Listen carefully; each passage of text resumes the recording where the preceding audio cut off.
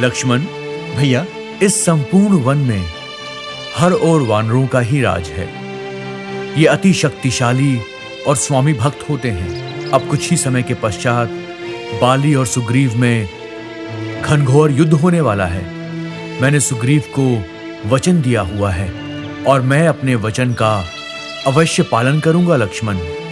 और महाराज सुग्रीव को उनका अधिकार मैं वापस दिलवाऊंगा। उनके भाई बाली ने उनके साथ अन्याय किया है। भैया, आपने जो कुछ भी कहा वो सत्य है, परंतु यहाँ दो वानरों का भीषण युद्ध होने वाला है। दोनों बहुत ही बलशाली हैं, किंतु क्या लक्ष्मण? दो भ्राताओं में किस प्रकार की शत्रुता? भ्राताओं में सदैव प्रेम की धारा प्रवाहित होनी चाहिए और छोटे भ्राता का कर्तव्य होता है ज्येष्ठ भ्राता का हृदय से सम्मान करना और आज्ञा मानना। ऐसी शत्रुता पर हम कैसे विश्वास करें? जब वो एक दूसरे पर विश्वास नहीं करते तो क्या पता कल वो दोनों भाई हमारे ऊपर भी कोई आरोप लगा दे। ये ठीक नहीं होगा भैया, हम कैसे सहन कर पाएंगे? किंतु भ्राता बाली ने कदापि हमें कोई दुख नहीं पहुंचाया। उसके साथ ये प्रपंच उचित नहीं। लक्ष्मण, तुम्हारी बातें मैं समझ सकता हूँ, किंतु संसार में समस्त भाई तुम्हारी तरह सरल हृदय वाले नहीं होते हैं। इसीलिए कोई अन्याय नहीं है। इस संसार में न्याय अन्याय, सत्य और असत्य, इसका ज्ञान सभी को होता है, पर हर कोई पालन नहीं करता। सुग्रीव ने कोई अधर्म नहीं किया है और वो हमारा मित्र भी है। इसीलिए हम उसकी सहायता अवश्य करेंगे। अपनी मित्रता निभाने का हमारे पास यही अवसर है।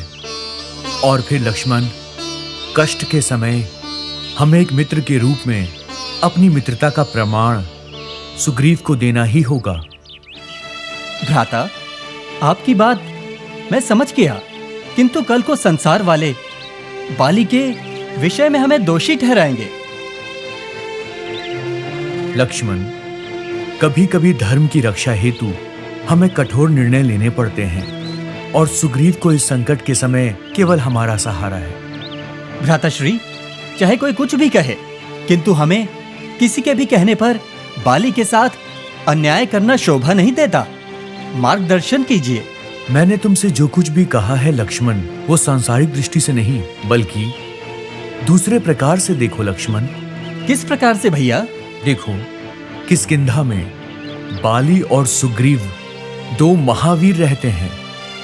उनमें से एक हमारा मित्र है और दूसरा हमारे मित्र का शत्रु बन चुका है और हमें सीता को ढूंढने हेतु महाराज सुग्रीव की सहायता की आवश्यकता होगी। हाँ भैया, ये कैसे संभव होगा? तुम्हें ज्ञात है शबरी माँ ने क्या कहा था?